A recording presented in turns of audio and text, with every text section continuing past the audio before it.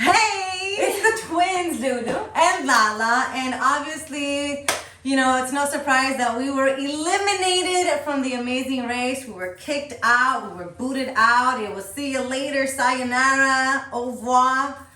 Okay, I think you're going extra right now. They all saw it. Yes, we were eliminated, but before we talk about the elimination, we are gonna get into the recap of leg 8 of the Amazing Race. So let's get started.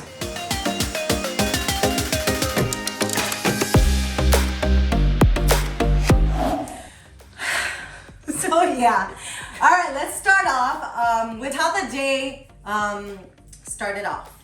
And with that being said, we have to talk about the night before. Every night, Lala and I would stretch and talk about how we were gonna do the following day. Lala, that night after Corsica, went straight to sleep. I was completely exhausted. I didn't want to stretch. I didn't even want to eat. I just wanted a bed and to be left alone. Right there and then, I was like, hold up. The vibe is a little different. Lala's the one that's always pushing me. Come on, no, we gotta stretch. And I was always the one waking up early. Yes. Waking you up. And so when we got to Souvlaki, I don't know how to pronounce that, so we're just gonna say Greece. When we finally got to Greece, I'm a little crazy when it comes to this, but I'm all about numbers. And so every hotel that we had stayed every hotel room that we had stayed in, I always noticed on the number. And so the rounder the number, the better. So if you have a 3, if you have a 4, a 2, a 6, maybe an 8, great. Anything with a 7 or a 1, bad. There's nothing. It's just a flat number. And so when we got to Greece and they gave us the hotel room number, it had a 7 in it. And what did I tell you? Immediately Lulu was like, this isn't good. I knew it. And you know, she's always talking about these numbers. I don't pay attention to it because it's like, it's a number. Like you're reading too much into it. But she just kept at it like, no, this is bad and just not feeling I honestly tried to switch my hotel room number. I'm like, can we get another number? Because this 7 here is not, I don't like it. I don't know why people say that number 7 is a lucky number. It's not. It's a flat number. It brings nothing to the table. And so right there and then, it was kind of like an inkling, like, ooh, ooh, ooh. Then, like Lala said, every morning she would always wake up first and stretch. I didn't. I slept right through. I heard the alarm clock. I shut it off and I stayed in bed. I got up, I stretched, I showered, and homegirl was still in bed. That's how tired my body was. And that's how I knew we're not starting this leg the right way. I already had this vibe, this feeling like, well, no, that's how you thought. But for me, I was like, I just really needed that rest. And it's okay for me to not stretch every single day. I had been doing it for close to a month. So I'm like, all right, I got the rest. This is gonna be good. The vibe was off for you, not for me, okay? I thought of, let's do pigtails so that the hair isn't in our face and so that we look kind of cute. Last time we had pigtails, we did so good. We were in Lugano and we came in second. So I'm like, let's bring that vibe. Let's bring that out back to kind of balance this other energy that I'm feeling. So we did just that. We were in group 2 with Dusty and Ryan, and I knew that it was gonna entail stick shift driving. Yes, I actually felt pretty confident because I had taken a lot of lessons with our friend Javier, who was nice enough to lend us his car. So yes. I wasn't nervous about the stick shift driving. Now Lala got a little upset with me before we even got to our desk, like before we even opened up the clue, because they asked us, how are we feeling? And you could tell I say, it's gonna be a fun day. I feel like this vibe. And she was like, well, you better not snap at me. And right there and then, she snapped at me by saying that. Well, no, because I said that because prior to you saying it's gonna be a fun day, you kept saying, I don't know, there's some vibe. I feel a vibe. And it was annoying me because it's like, dude, if you're feeling the vibe, keep it to yourself. Don't put it out into the atmosphere. But if you're asking me, I never asked you that. The producers were asking and I was being honest. I'm also very realistic. This is when you lie because you don't want to put it out there. Okay? I keep the negativity. It wasn't negativity. It was being realistic. That's how I was seeing the day go by. And Lala is an idealist. I'm a realist. So I'm an optimist. I'm an optimist. Are we really gonna fight right now? Anyways, it was just kind of like deep down inside of me, I'm like, something is not right, but I'm just gonna shut up before she kills me. So we ran off with the boys. Right, when we agreed we were gonna follow each other. Dusty and Ryan, you know, whoever wants to take lead, vice versa, because that's what we've been doing. We ended up always kind of working together because we always ended up in the same group. Yeah, I think that's why we got so close to Dusty and Ryan, because we were always in the same group. So we finally got to the olive trees, and Lulu quickly picked up on the clue fast. Now, right there, you hear me whispering like, Lala, get the ladder, let's go, it's up here. I didn't know whether to say anything to the guys because from previous experiences, was it right to help them out? You know, Raquel, everyone saw what happened when I waited for Raquel and told her where the clue was. Did I really want to put myself in the same situation with Dusty and Ryan, who are quick as hell? So we kind of in shape. We were kind of like, we talked about it and we're like, we can't do that. Cause I think karma could bite us in the ass, and they've always helped us. So to us, again, we were too nice, and we're like, no, we have to tell them. So we told them, just look up at the trees, look for the clue, and you'll find it. And we actually did wait for them to get the clue so we can leave together to Mariana's together. And we got there at the same time because we were following each other. Yes. Now I do want to talk about the drive to Mariana's. Lala was obviously driving and I was navigating, but Lala at that first particular moment wasn't allowing me to navigate. I remember that Ryan, Dusty, and I were saying, I think we need to go right. And she was adamant. She was like, no, we need to go left. And for some reason, the three of us listened to Lala. And we went left and it was not the right place. It doesn't matter because that didn't hinder us. We got to Mariana's at the same time. We were able to fold the tamales. I did that roadblock. You did do the roadblock. And I did it fairly quickly. I realized Kim was already there. And so was Raquel. And so then I looked at the demonstration and how the lady was folding the little tamales. And I got to it. I went back just to double check. And that's when I realized that the way she had them lined up were in rows of 3.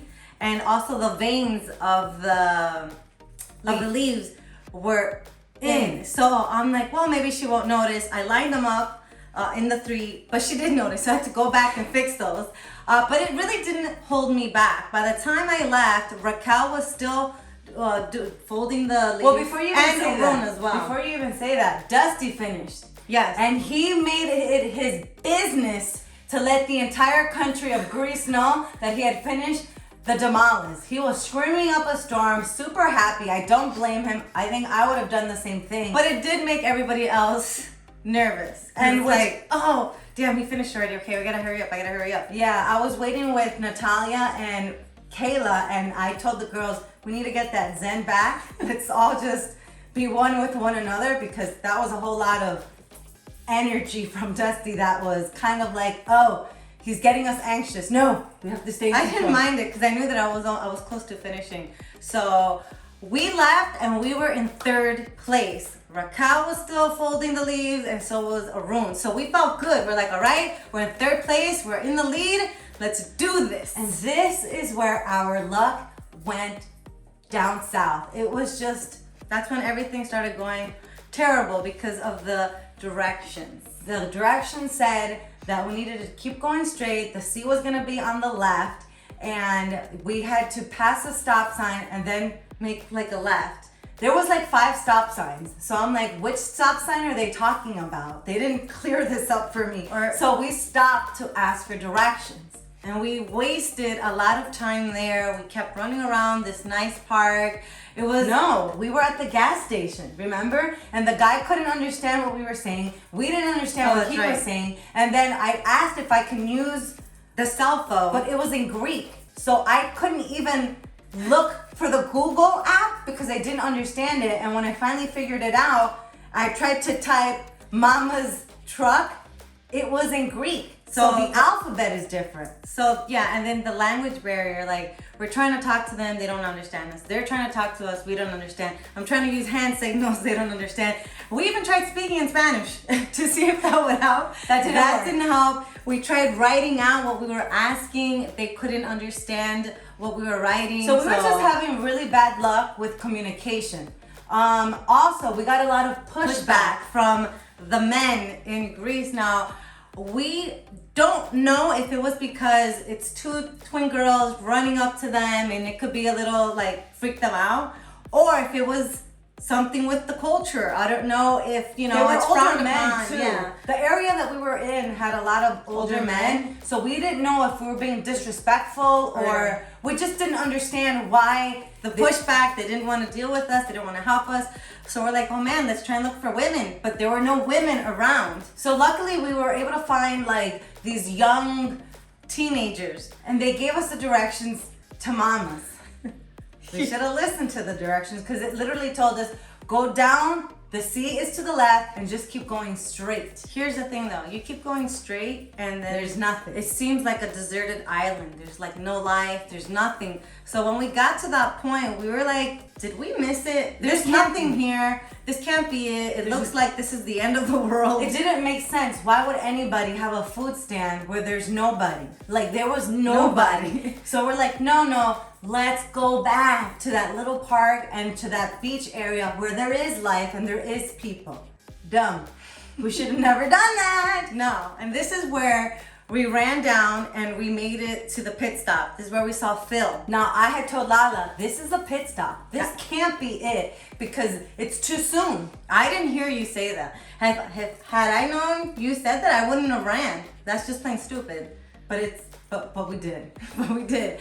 This is where we also saw Kim and Penn. So they had already gotten to the pit stop. So we're like, shit. This is how far behind we were. The fact that Kim and Penn were already at the pit stop and we hadn't even gotten to the Mamos, we were like, oh wow, this is not good. We realized then that it has to be the opposite way. And so we got in the car and drove, and we kept driving. And while we were driving, we see Raquel and Kayla driving to the pit stop. Right there, I told myself, I didn't tell Lala, but I'm like, we're done. The fact that Raquel and Kayla were the last ones at the Tamales, and they're now getting to the pit stop, this is not good at all. But I still had hope that we weren't last because, you know, Arun and Natalia are not too good with directions. They've said it before. So part of me was kind of hoping like they're still kind of lost themselves like we are. And hoping that they were going through the same thing we were going. Also, you could tell that I'm telling, when we finally realized where the Mama's truck is, I tell Lala it's to the left. And I found it hilarious that she was gonna keep going straight. I'm like, to the left, Lala. It's to the left. Yeah, I always have a problem with that. I don't know why I do that. And it's always to the left. I know. I don't know why I do that. So we finally get there. We've never had Greek food in our life. I know that sounds crazy. Especially being from Jersey, there's so many Greek restaurants here. We've never even had Greek yogurt, if I'm gonna be honest, but it's the truth. We have the palate of a 12-year-old. I would say of a 6-year-old. We're very picky eaters, and like it's just that's how we are. Just give me chocolate and chicken, I'm good. So we get there, we ask Demetria for the dish of the day or whatnot. And she tells us it's Souvlaki, to spell it. Okay, since we've never had Greek food, we don't know the dishes, we've never had it. I don't know the Greek alphabet. We tried to spell it, it went horribly wrong. So this is where we took more time, running around the beach, asking people, the locals there, to help us spell Souvlaki. Nobody knew how to spell it, which was shocking, because you live there, and that's one of your famous dishes. How do you not know how to spell it? But, you know, Greece is a touristic place. Maybe those people weren't from Greece. They were maybe tourists. Anyways, we asked a bunch of people. We finally got one lady walking her dog who had her phone in English, and she was able to help us out to spell the word Souvlaki. Souvlaki. Thank you.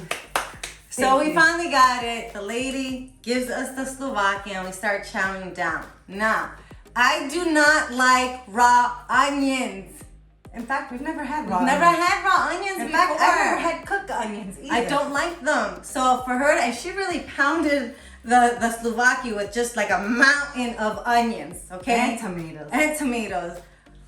So it was really hard because eating something that you don't like, that your body automatically rejects, it of course is gonna make you gag, because I did, and it made me, I threw up, and it was a bad throw up. It comes out of your nose and then like your nose stings. It was so Which bad. is ironic because throughout the entire time that we've been racing, I'm the one with the stomach issues. I'm the one that can't hold any food down. I chowed down the mac and cheese easily, and then I chowed down the Souvlaki, and I'm looking at Lala like, I couldn't. What's going on here? I couldn't help it. I was trying to like eat it as fast as I could, and it wasn't happening for me, and it was very frustrating for me. I was getting annoyed at myself. I already knew we were trailing behind, so it was a mix of emotions. And I could tell, I know my sister, and I could tell that she wasn't in the right state of mind. And I was embarrassed too. Like, I felt like everyone, even the locals there, looking at me. She was like, just not in the mood. She was not in the mood, and I know that when Lala gets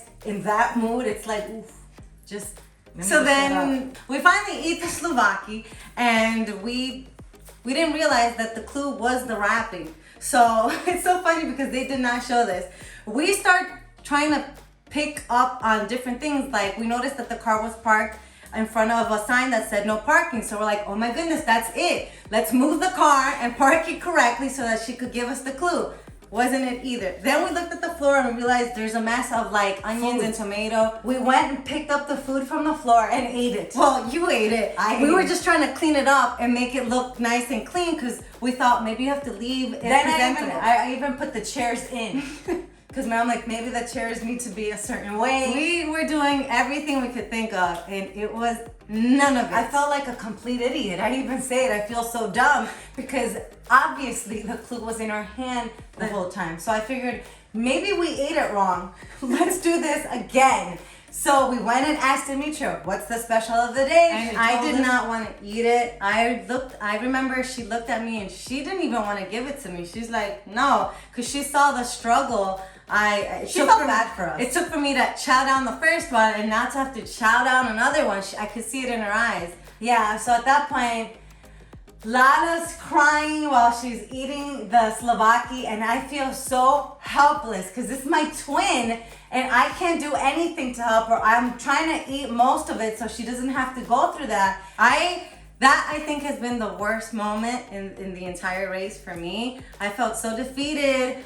My throat was like burning and my nose too from like the gagging and the throwing And up. at that point I had told her, we are in last place. We most likely are going home. Let's stop. Let's enjoy the moment and take it for what it is. We're getting frustrated, and honestly at this point, there's nothing that we can do. Yeah, so we had bad luck with directions. We couldn't communicate with people. Luck was not on our side today, so let's try to make the most of it. So we finally figured out that the clue was the damn wrapping.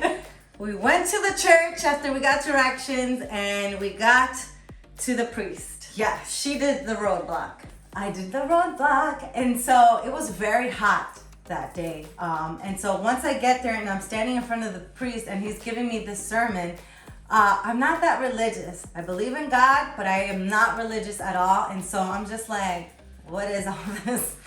I don't know anything of what this man's telling me. Well, you know something. Yeah, I did, but I didn't know a lot. I just didn't know the stories or whatever. I didn't know the details. And so I'm listening to him, and at the same time, I'm kind of drifting off because I know that we're in last place. There's nobody around. No Rusty. There's no Arun or Natalia. There's no Kayla and Raquel. So I'm just like, really? Again, I'm still hoping that Arun and Natalia are lost somewhere on the beach and that we still have a chance here. Like, I am still trying to be optimistic. I was hoping for a U-turn at this point, but that didn't happen. And so I just, let me take in the sermon, get one with God, and just do the best I can. In the episode, it shows that I got it like that. Not true at all. It actually took me 2 to 3 times for me to actually get it. Yeah. The guy was very good looking. He had really nice eyes. I might have been distracted a little. But finally, while she's doing that, I'm still like, like trying to spit up whatever's left of the Souvlaki that I had in my mouth. I honestly had a good time at the church. I was like, I'm gonna make the most of it. If Lala wants to be crying, let her cry. No, I was just chill. I was taking notes and whatnot, and trying to clear my throat and drinking water. And so we finally got it. We got the clue, and we already knew where the pit stop was. So it was easy breezy leaving the church to the pit stop. I have to say, watching everybody else run their race, I gotta give it up to Penn. Kim and Penn are goodness badasses. They are just attention to detail. I honestly feel like they completed all of the tasks in 2 hours. Yeah, that's how quick. And they do it so effortlly. Like, yeah, his memorization skills are at they're just on another nothing level that I've ever seen before. So they are a strong team. I was amazed to see how fast they went through it. Raquel and Kayla, it was hilarious to see them at the olive tree where they were like sitting on one another. That was funny. That's something we would have done if we wouldn't have found the ladder. And to see them just have fun and giggle and laugh, it brought joy to my heart. It was funny to see how confident Dusty was in Ryan with the whole memory. He said that Ryan was a history geek and that he was gonna get this. And then you see Ryan kind of just like dazing off at the church, kind of like, what's going on here? That was pretty funny. And then Arun and Natalia, they ran a good leg. They had a good leg. They had luck on their side. And it is what it is. We did not want to leave. This is not how we envisioned us going. But it's the amazing race. Anything can happen. And it was our turn to have the bad luck. Yeah, 8 out of 11 legs, I have to say. We didn't think we'd get that far. No, and so when we got to the pit stop, I remembered running. We grabbed hands and then we ran together. And I told her it was nice racing with you. And I said the same thing. And then we got to Phil. Still, I was hoping that he would say this is a non-eliminating leg. But we did not hear those words. I knew we were going home, and so I was just okay with it. I had made peace with that long ago when we were at the Souvlaki place. And so I was just really thankful and grateful, which I still am, appreciative of the experience. Yeah, I mean, obviously I was bummed. I thought of my parents. I really was hoping to win that money to pay off their mortgage. I thought of my grandmother. I know that Mima would have been proud of us. She always said, when anything that you do, have fun. And we did. For the most part, we really did enjoy ourselves. And we're super appreciative of this opportunity. And just looking back at everything that we did, climbing Mount St. T's, you bungee jumping, eating maggot cheese, kayaking, camping, building a bagpipe. It was so many running through London. I mean, so many great things that we have all these memories now for a lifetime, and we've gotten to meet these wonderful people. Did we win the $1 million? No, but we never had that either. We never had $1 million, so it's not like we lost it either, Yeah, at least that's how we're looking at it. I have to say that being Team Pink meant a lot to us because breast cancer is always associated with the color pink, and our grandmother was a 2-time breast cancer survivor. So and we work a lot with the American Cancer Society. So I think that we represented the color in the best way that we could, and that's another thing that meant a lot to us. I was so happy that we were Team Pink. Pink is my favorite color. So in all, it was a wonderful experience. And if I could do it again, I would. Hell yeah. And hopefully they call us back. But yeah, great. We won a lifetime of experience and friends for life. And so just thank you to the amazing race. Thank you to CBS, and thank you to all those fans. And to the crew as well, to the cast and crew.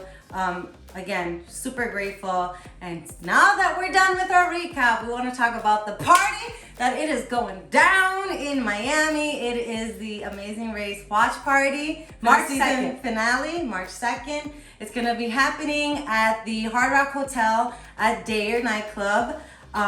Most of the cast is going to be there. More than half. Even the ones that didn't come back, like Mike and Mo. Well, Mike and Mo did come back, but like Spencer and Anthony. Coach is gonna be there. Carol, Ray. So it's gonna be a nice reunion, and we hope that everyone has a great time. Yes, now tickets are on sale. You can click on the link, and you can also go to our Instagram. You can go to our Facebook, it's up there as well. You can go to the website, it's up there as well, Lulu&Lala.com. YouTube down there where it says like description and stuff. Details, It's there as well. It's gonna be so much fun. 2-hour special. There is a performance that's gonna be happening. There's gonna be other special guests. So it's gonna be a nice night. Yes, so come join us. The entire cast is gonna be there. We could talk to everybody. We could just have fun. It's gonna be a 2-hour special. Take pictures. And again, it's gonna be at Dare Nightclub at the Hard Rock Hotel Casino in Miami, March 2nd. So yeah, I guess is this goodbye? No, that's you never say goodbye. This you is say see you later. All right, so see you later. Bye. Bye.